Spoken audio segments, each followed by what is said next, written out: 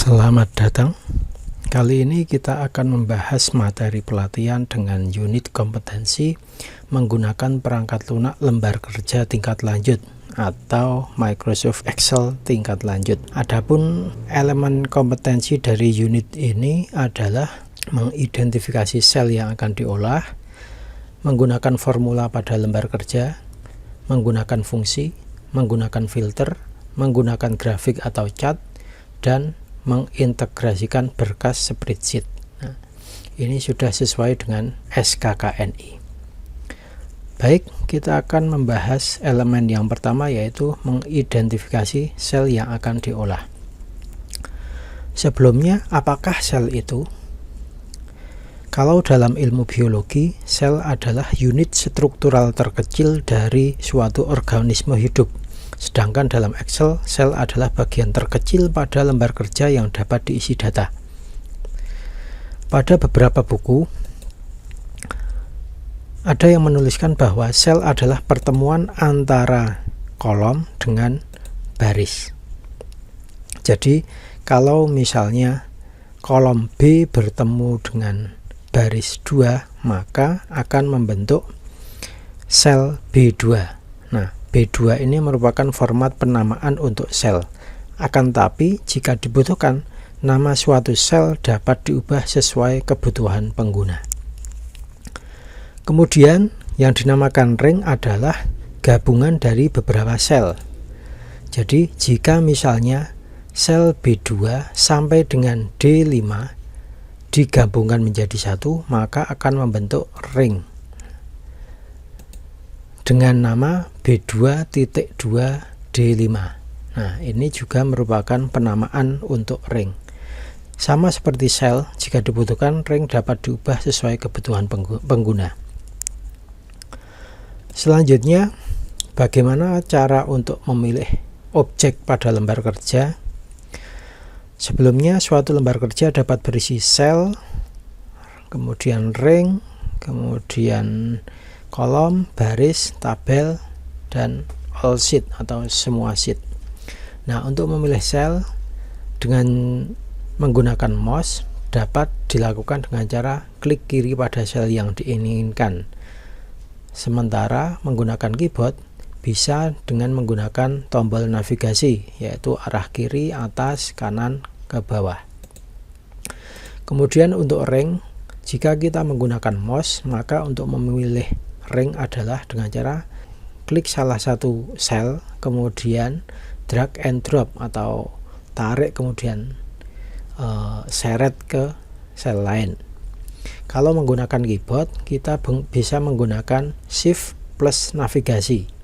Jadi kita pilih salah satu sel terlebih dahulu, kemudian kita tekan dan tahan tombol shift pada keyboard, dan kita arahkan kemana jalur ring yang akan kita buat. Nah, ring sel yang tidak berdekatan bisa kita pilih secara bersama-sama dengan cara menklik dan tahan tombol CTRL atau kontrol pada keyboard, kemudian pilih sel-sel yang diinginkan tersebut. Kemudian untuk memilih kolom, jika menggunakan mouse, kita bisa memilih atau klik header kolom yang berupa huruf yang biasanya ada di bagian atas lembar kerja Excel.